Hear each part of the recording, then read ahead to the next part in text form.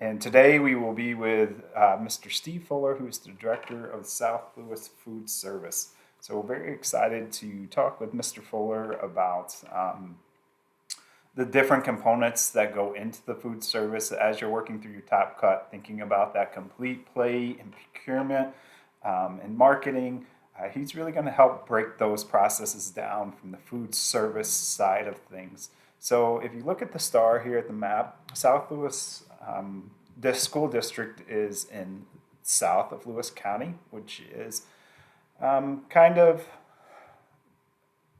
close to the Adirondacks, in between the Adirondacks, Central New York, Mohawk Valley, Watertown area. So, Steve, good morning. How are you?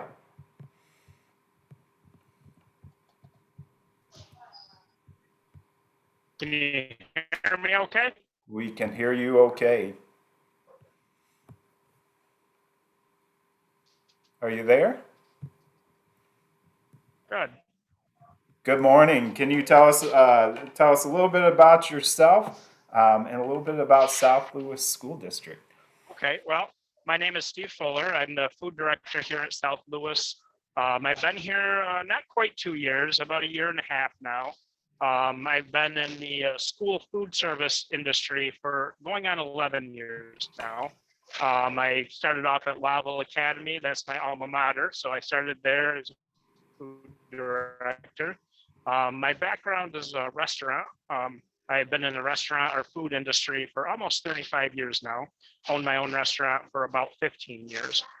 So I kind of decided to, when the opportunity came to come into schools, I decided that I wanted to take what I learned in the food industry and bring it into the schools and see if I could make some changes, something different with school lunch. So I've been trying to take that concept that I learned in the restaurant business and bring it into the school and kind of meld the two together. So I started off at Loudville, with all these great ideas, and quickly realized that school lunch is not like the restaurant business. A lot of restrictions with school lunch. We'll get into that as this presentation goes. But we've slowly been able to take the restaurant side of things and bring it into the school side of things. So that's what I've been doing for about the last 11 years now. And can you briefly tell us a little bit about your school district? I'm sorry, what was that? Can you tell us briefly a little bit about South Louis School District? How many Okay, so students do you Southwest have? School District is actually a rural school district. It was made up of many different schools. This is actually our first year as a single campus. So over the years, some of the smaller elementary schools have come together, and we are now a single campus. This is our first year, like I said. The last two elementary schools came up here to the one campus this past year, our Glenfield and Port Leyden.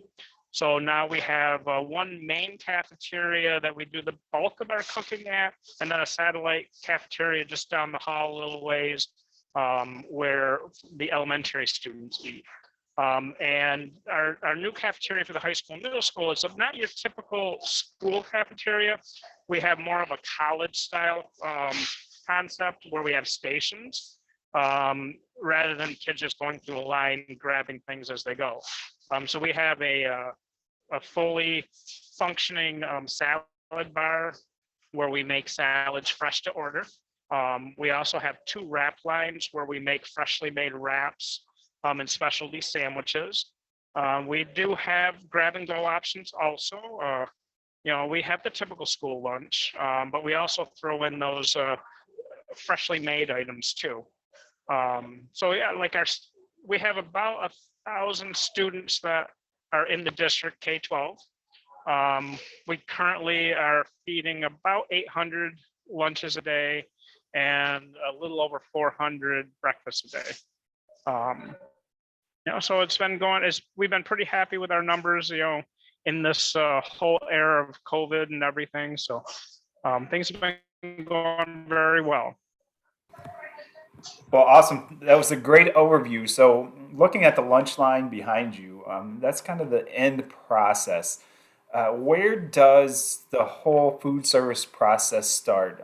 The idea of procurement, where does your food come from? How do you procure your food? Mhm. Where does it So, come in? How do you store it? we're part of a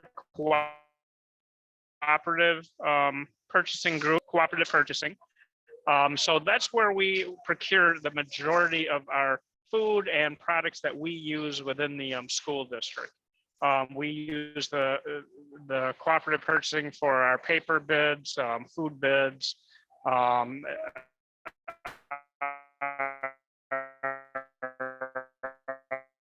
produce bids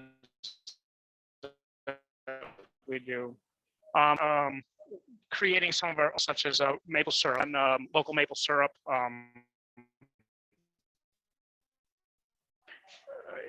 And so items like that, apples, we have gone out and done our own bids on specific products like that too. So most of our food right now we get in through our distributor we're using right now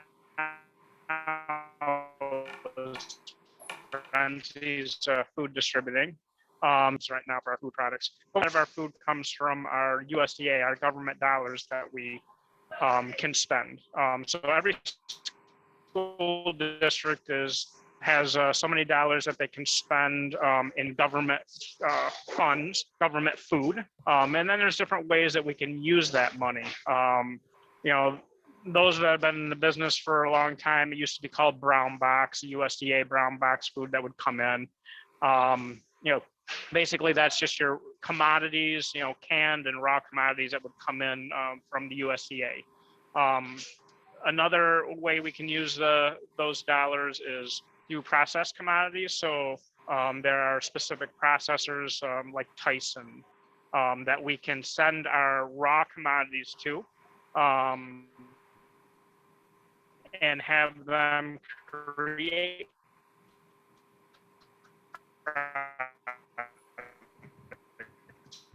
for us, like chicken tenders, things like that. And then another way we can spend the government money is the DoD program. So that's another way that we can utilize into the. So I utilize all the items that come in, fruits, and then when they come in, we have a large freezers and cooler areas that we store, store things. You want to take a tour? Okay, so we'll go and show some of the storage areas that we have. So as you're So going back to the storage areas, can you just kind of discuss how procuring for a public school might be a little different than our students going to the grocery store with their folks to purchase like I food? said, we're part of a cooperative purchasing. So the reasoning for the cooperative purchasing and being part of that is to have buying power. So that way we can purchase things at a lower cost. Our budgets for schools are very tight. This year has especially been difficult. There's a lot of supply chain issues that are going on. The types of products that we have to use in school districts are not the same that are necessarily used in restaurants because there's a lot of nutritional guidelines that we have to follow, using whole grains, low sodium products. So these are not typical products that you necessarily can, a chicken patty that Tyson might make that's in the grocery store is going to be different than a chicken patty that they produce for a school district. They're formulated special for school districts. So there's specific products that we go out to bid on. We also can do scratch cooking where we can create recipes that will, be lower sodium, fit better into the nutritional standards of school lunch. So yeah, a lot of our food, like I said, is procured through the cooperative purchasing. But we do also use some local foods too. We also use our local FFA here at the school. They produce a lot of produce for us. We have our own school garden that we've been able to utilize here with a lot of squash and garlic, tomatoes. We had a huge crop of tomatoes this year, which has been great. We've been able to make our own spaghetti sauces and things like that. So this is I'm going to take you into one of our cool freezer areas. This is our small freezer here. So where we store some of our stuff, and it's, this is kind of our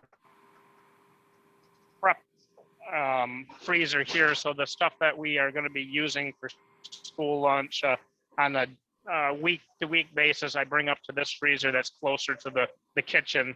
Our main storage is in the back. So if you want to follow me back this way. So we have a couple different freezers. Storage is always an issue.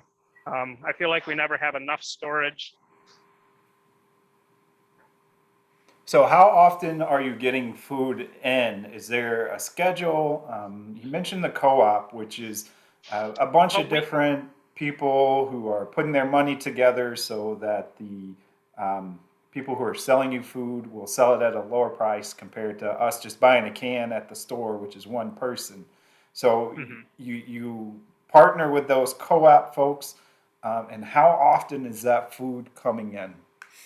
So I get weekly deliveries, almost daily deliveries, but for our main groceries, I get deliveries twice a week from our currently Renzi's, like I said, was our has won the bid for our food bid, and I get deliveries from them.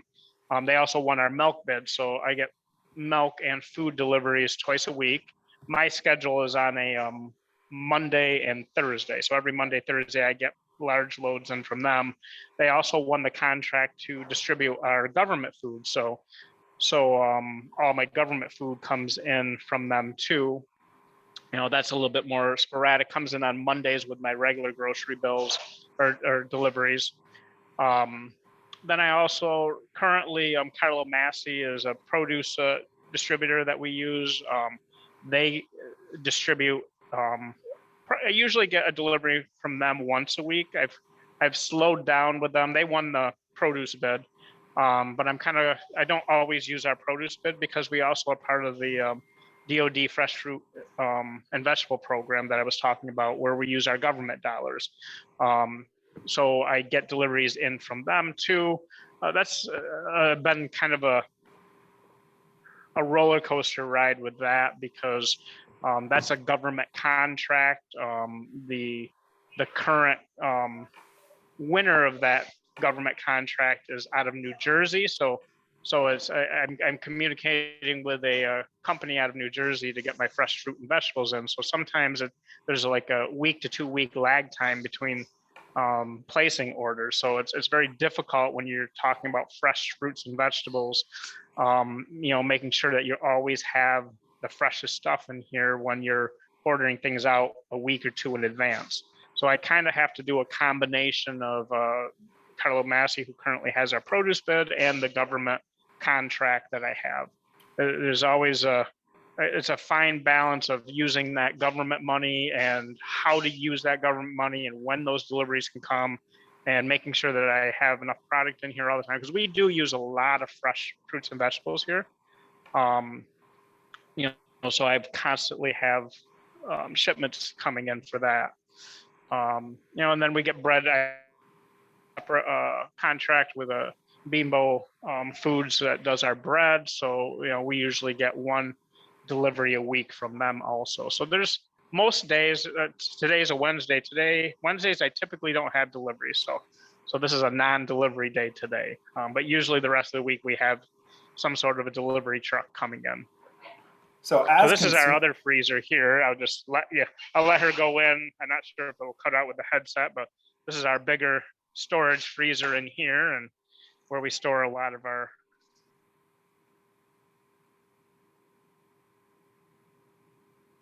So it looks like we have some pizza and other different types of food.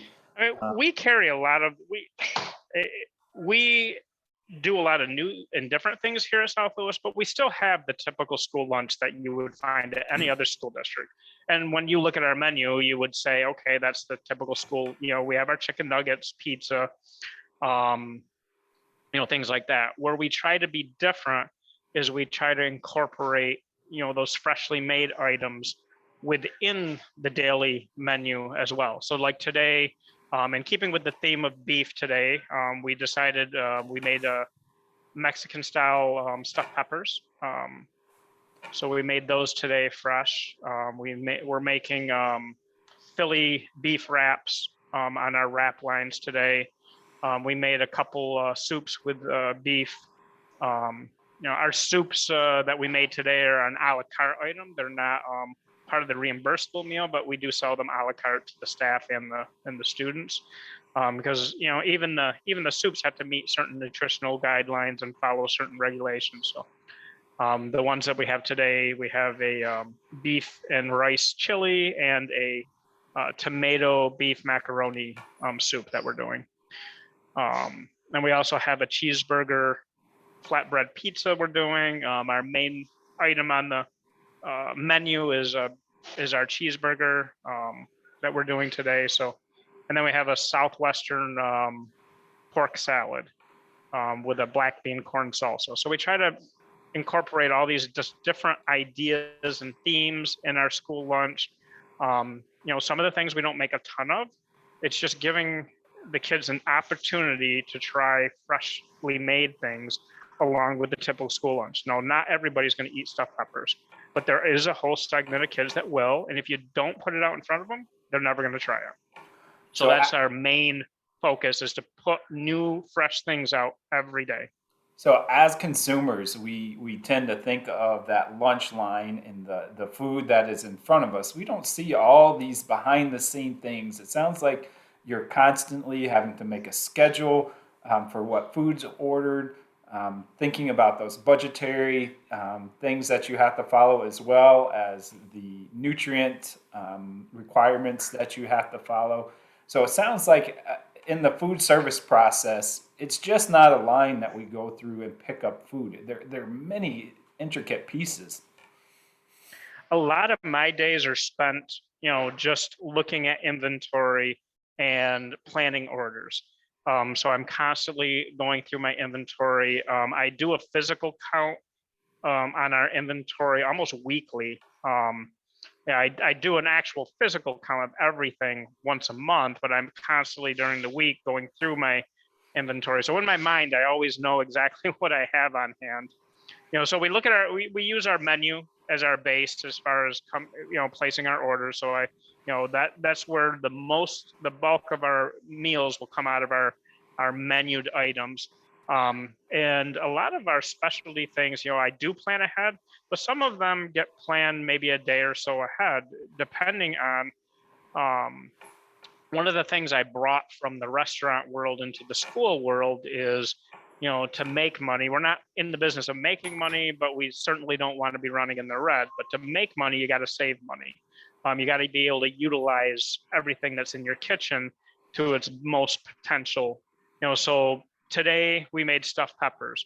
Yesterday, a lot of the stuffed pepper stuff that we used today in that recipe was actually part of yesterday's school lunch. So we did Southwestern pork rice bowls yesterday for our school lunch. So the leftover rice that I had from that meal, we made into stuffed pepper stuffing for today's special.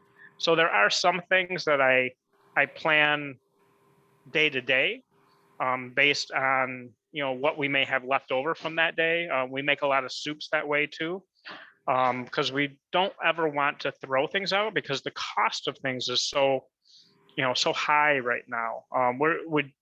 I'll talk a little bit about cost too. Right now, with the supply chain issues that we're having, a lot of it due to COVID, we are finding that prices are increasing astronomically. What I used to buy a case of boneless, skinless chicken breast, a 40-pound case of boneless, skinless chicken breast for, $45, maybe $50, and it's $150 now. So it's just, some of the costs on some of the products we were using have just skyrocketed. The other issue that we're running into is availability of products is very difficult. Pizza crust. We cannot buy a pizza crust right now. So we are now making our own pizza crust. But even that has challenges. We've been running into labor issues, staff getting put into quarantine, not necessarily sick, but being put into quarantine because of um, the health department's regulations on contact tracing and everything. So last week I had 9 of my 17 staff out with no subs. So the rest of the staff had to, take up the slack. So it makes it difficult to make a lot of freshly made items, as you can imagine, when you have that many people out. So we're constantly having to shift gears right now in the school food industry. But I'm very fortunate to have a group of ladies that work for me that not only have bought into what I've been trying to do here with the new items, the freshly made items, but just really love and enjoy what they do. That's very important. And I think you'll see it. When we go back out in the line, you'll see that these ladies are not just food service workers that are slapping food on a plate. These are ladies that are out there marketing what we're doing, talking to the kids about what we're doing, and interacting with them and smiling, and you'll see it in their eyes while they're working, because they really enjoy what they're doing. This is a perfect opportunity as we head back into that kitchen area. Can you just describe, your mindset? How are you developing these recipes and these new dishes? Is it something that you purely do as the food service director? Is it a team process where you're shooting ideas off of each other? How are those recipes developed? You mentioned beef peppers today and hamburger pizza. How do you develop that schedule and those recipes? So we do definitely bounce ideas off from each other. But I'll be honest, in today's world with the internet, we use the internet a lot. And I take ideas from, there are certain companies out there that have really done a great job at marketing fresh and clean food, like Panera Bread and Subway and things like that. So we take those ideas and themes and create meals based on school lunch from those ideas. So we kind of steal ideas from the corporate world. Um, and how I do that is I have years of experience cooking, but in order to formulate the nutritional end of things, I have software that I use to help guide me on that end of things, as far as putting my recipes together. So sometimes some of my recipes will start in my office on the computer, putting in. I'll come up with an idea, a thought, or the staff will come up with an idea. I'll take the products that we have and I'll formulate them into a recipe on my software, on my nutritional um, software, and start developing a recipe that way to see, okay, are we close? Are we meeting the sodium requirements? Are we meeting the whole grain requirements? Are we meeting the calorie requirements based on the age group of kids that we're targeting? And sometimes we're way off, and we can tweak those. And so it starts there. So I'll look at how far off we are on our nutritional requirements in the recipe that I might be doing, and then I start tweaking that recipe to fit it into school lunch. Sometimes we're not able to. Sometimes it's just too much of a tweak to it would totally change the recipe, and we just can't fit it in. But sometimes we can fit it, we can change the recipe enough to meet it in to meet that those requirements. So that's a lot of what I do there. But we'll walk back out, and I'll kind of take you around and show you some of the stuff we are doing today. So this is another one of my stuff. We'll go stop here. So one of my other, this is the cooler area. So we do a lot of the prep and get it ready to go in here. You'll see the veggie tray up there. We do fresh veggies every single day. So that's one thing that I definitely, make sure we do is we fruit on hand. We do have a lot of canned fruit that comes in from the government, but we like to give the kids that opportunity to try fresh things too. So if we want to come back out on the line, I can kind of show you some of the stuff that we're doing today.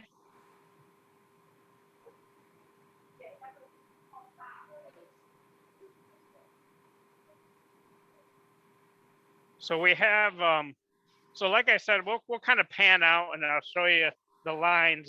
It's not necessarily a typical school lunch line. Over here, we kind of have one of the wrap bars. So we have a wrap bar over here and a hot merchandiser. So we do have those grab and go items. So up here, we are freshly made stuffed peppers are in the grab and go, so the kids can just grab those and go. They come with a breadstick. So we incorporate grab and go too, because the other issue we have is we're feeding 800 plus kids, plus probably another 50 staff, 60 staff in a matter of 2 hours. So we have to have stuff that is quick because we can't just make everything to order. So this is one of our wrap lines, and on the other end we have another wrap line because the wraps are definitely popular. So the main line is kind of like a regular serving line. So we have our different pizzas down on this end. Today we've got a deluxe pizza and a cheeseburger pizza, flatbread pizza. And the main item today is going to be a cheeseburger that's on the main line. And again, we have another wrap line over here. Today we got buffalo chicken wraps, Philly beef wraps with onions and peppers, and tuna salad wraps. And then we have our freshly made salad bar. So over here we have fresh toppings every day. And we incorporate different meats, different specialty salads. So today is a southwestern pork with a black bean salsa and a cilantro lime dressing. We make a lot of our own dressings, especially the vinaigrettes. I find the vinaigrettes, salad bars are kind of hard to fit into school lunch. You wouldn't think it would be, but with the deli meats and with the dressings, the store-bought stuff, there's a lot of sodium and fat in those items. So we make a lot of our own vinaigrettes. We make a honey vinaigrette, a maple vinaigrette, a strawberry vinaigrette, a cilantro lime dressing, to keep the sodium down on those. And we can control our recipes and control how much fat is in those. And we use actually eggs a lot for our protein on our salad bar. Hard-boiled eggs. It's a great way to add protein to our salad bar without all that sodium. I mean, we do have the deli meats, but we can control the portion sizes, so we can control the sodium and with that. But every day we cut up fresh vegetables for our salad bar, and every day we have fresh. We freshly made sliced meat for our wrap bar. Real quick too, we do make up a few of our salads and wraps. So we make a few of them, and then we do it's a chicken parfait. So we've got fresh pumpkin and local maple syrup in that for our parfaits, and those go good, this time of year. So that's kind of, it gives the kids a lot of different options and choices. And I'll be honest, the salads are probably one of the biggest areas, especially with the middle school kids. The middle school kids just love the salad bar. So, they're eating a lot of salads here, and which I think is great. So we're seeing the front end of the food service line. Can you share some of the equipment that you use and maybe show how that might Okay, be yeah, we can different go than? back and so there's a lot of different types of equipment that school districts can use. Some districts, are fortunate to have some of this, and some school districts are not. So we'll start with our serving lines. So we have so here, these wells here are hot, cold, or freezer. They can be any of those. So today this is a hot well. Tomorrow I could use it as a freezer well, or I can use it as a cooler well. So this is a great piece of equipment here. This side is our cool stuff. So we do have our cold items in there, our roast beef for our, and like I said, our hot stuff here. We got our buffalo chicken for our wraps. Again, we have the hot merchandiser. That's probably not something you will typically see in a lot of schools, but some school districts do. We have our warming carts, so because we have to get ready. So shortly, we have one of our biggest lines coming in, where we'll have about 100 kids come through in about 10 minutes. So that's a busy, busy line. So we got to make sure we have everything ready to go for those kids. This here is a frost top. So it's a cooler unit, frost top unit. We typically put our fresh veggies on this and our fruit on this unit here. So the kids will come and, because part of school lunch is every student has to take a fruit or vegetable. One of the reasons we do the mixed veggie cups too, the fresh veggie cups, is another requirement in school lunch is to have the variety of different subgroups of vegetables. So you got your leafy greens, your legumes, your red, orange, and starchy vegetables. So we try to put veggie cups out every day. So we are actually providing multiple subgroups every single day of vegetables, so we can meet our requirements easier. We'll also do like 3-bean salads to get if we're not menuing a legume on the menu, then we'll do a bean salad on the veggie cup to make sure we get our legume requirements. This is one of the pieces of equipment. I wasn't here when they designed this kitchen, so this here is all hot. It would have been great to have the same type of equipment over there where they could have been anything, but this is a hot unit here. Over here we use freezer boxes for our cold items. So we do, because today we have lettuce and tomatoes for the cheeseburgers. So we'll kind of come in the back here. One piece of equipment that not all school districts have, is a steamer. So this here is a steamer. We can cook multiple different types of food in there quickly using steam heat. And we'll back up and let Pam get her chicken in there. So basically it's a pre-cooked chicken, frozen, that she can steam heat in like 7 minutes, the whole pan. One piece of equipment that I would like to try and get in here is a combi-therm oven, which is another steam type unit oven that, that we can, it's a lot more versatile. So we're hoping to get that piece of equipment in the near future. We have convection ovens over here. So pretty much every school district that you'll see will have convection ovens. We've got our burners up here. I mean, this unit I use every single day, mainly because I'm making homemade soups every day. So I use this. The kettles, we've got 2 35-gallon kettles. So this is for making sauces, cooking pasta in large batches, making gravies and things like that. So we have to make large batches of things to feed all the kids. So we definitely need the kettles for that. So these are typical things. Some schools might not have all these items. I would say the typical school does have kettles and convection ovens, maybe not necessarily a steamer. We have these carts here because our satellite kitchen for the elementary, which is at the other end of the building, they do have cooking equipment, but we don't necessarily have the storage to store everything to cook down there. So a lot of things we'll cook up here, put in these hot carts and wheel them down. And then we have ways to store the hot food and reheat the hot food down there in the new kitchen for the elementary. Well, it seems like there are a lot of pieces. We've really talked about all these requirements that you have. You have budget requirements, you have nutritional requirements, ordering requirements.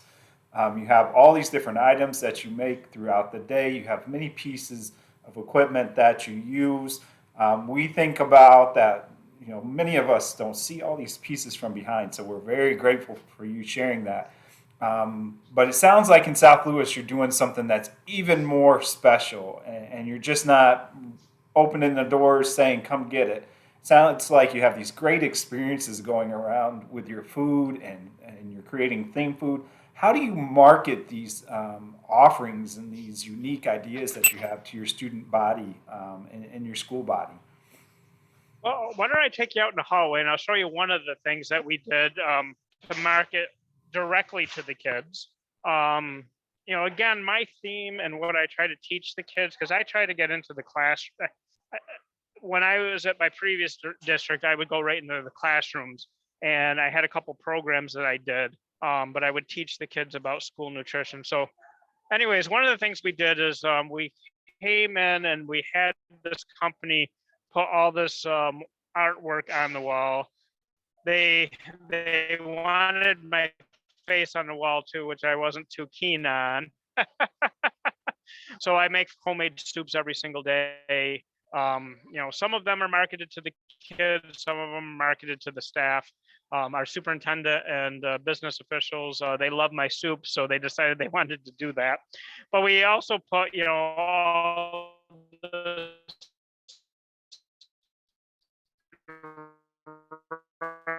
the artwork out here, and a collaborative effort design here and it's just representing local, clean, fresh foods that you can find at the farmers market. And that's what we're trying to teach kids here, is that, to try new things. So at my previous district, I started a program called Taste It Tuesday. So we would develop recipes that the kids could try. One of the first things I found out when I came into schools is the kids were used to the same thing every day, and getting them to try something new was almost impossible. So I decided to start a program called Taste It Tuesday, where the kids would come in and try something new. We did that for a couple of years, and then I decided, the kids were getting used to that. They were trying new things because they're more apt to try something. As a parent, friends are trying something, they'll try it. So that was helping out, getting the kids to try new things. Then I decided to get into the classroom. So I had talked to the administration, and I started going into the third grade classrooms, and I would talk to the kids, the third grade kids, and they would help develop the recipes that we actually were doing for our Taste It Tuesdays. And I would always have themes. So I would go in and say, okay, this class, your theme this month is going to be maple syrup. So your project is going to be, go home, talk to your parents about it, get on the internet, try to come up with some recipes that you feel we can use in school lunch using maple syrup. And then they would come back with all these different recipes, and then I would, say, okay, this one would work great because of this reason, or this one wouldn't work because of this reason. And then I would help them develop an actual recipe using the software that I have, to create a recipe that would fit into school lunch. And then we would make that recipe. So, that we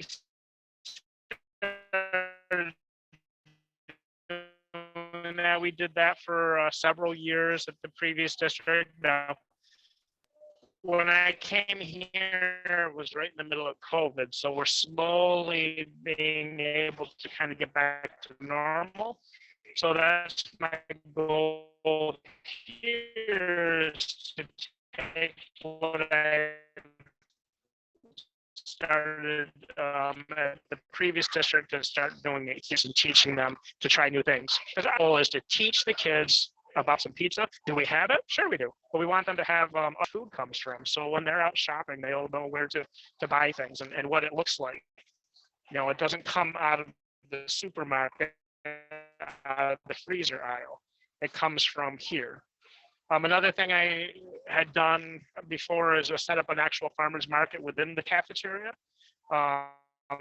and had farmers come in and display the foods that they grew. The kids, even the older kids, didn't realize that, oh, that's what an actual squash looks like, or came out of a freezer. So,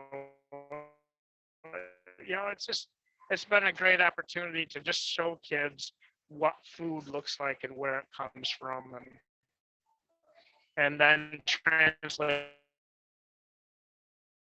it into meals that they eat here as well. Sounds like you're definitely Are you still exemplar there? of our food service our food service director. Sounds like you have a wonderful staff. We love all these great Okay. Well, ideas that you have. Um, we thank you so much for having us. Before you let us go, and before we part our ways to go grab our lunches, can you share with us your favorite beef focused meal? If you had to pick a beef focused meal. well, it's hard to say. We've done a lot of different things with beef. Um, I would think with the kids, they really like the cheeseburger pizza. Um, but you'd be surprised at how many of the kids will take the stuffed peppers. Um, you know, when the first time I did stuffed peppers in a school, my staff looked at me and like, why are you doing that? No one's going to buy that. And they were kind of right. I think maybe 4 kids took the stuffed peppers that day, but the staff loved them. The next time we did it, there might have been 15 kids. You know, it's not about everyone eating the stuffed pepper. It's about putting it out there and offering it. And if we can reach 10% of the kids, that's great. I think it's success. You know, you're not going to change every these items. The Philly beef wraps, those are always really popular too. Um, and we always incorporate with the things that we're doing, fresh vegetables and stuff too. So, they get the Philly beef wrap with fresh sauteed onions and peppers. So it just gives them opportunities to try things that are not coming out of it. We do not use canned onions and peppers or frozen onions and peppers. We don't use um, I don't think we use any canned vegetables that I can think of, other than some canned vegetables, vegetarian beans, some things that were here when I first came into the district. Pretty much most of our fruits and vegetables, or vegetables anyways, are all fresh. I don't. I think I got sidetracked there after your beef question, but No, you hit it right on the head. I think well, you're great. what the kids love the most? They like our walking tacos. So that's probably one of the most popular things with beef is our walking tacos. So we do walking tacos occasionally. We do Taco Tuesday. So yesterday we had taco. We did walking tacos, or sometimes we do taco salads. So we try to do a Taco Tuesday, and the kids absolutely love those days. Well, thank you so much for hosting us. On behalf of the New York Beef You're Council welcome. and New York Agriculture in the Classroom, we really appreciate your time. And we definitely want to send a thank you to your administrators for allowing us to come in and share all these different components that are behind that food service production that we haven't seen as adults when we were students, and many students don't see now. So Mr. Fuller, thank you so much, and we hope you have a great Wednesday. And we hope that all our students enjoy the Top Cup competition. If you have any questions, please All right. definitely reach out to us, and we'll relay those to Mr. Fuller. So thank you again, and have a wonderful day. It's been a pleasure.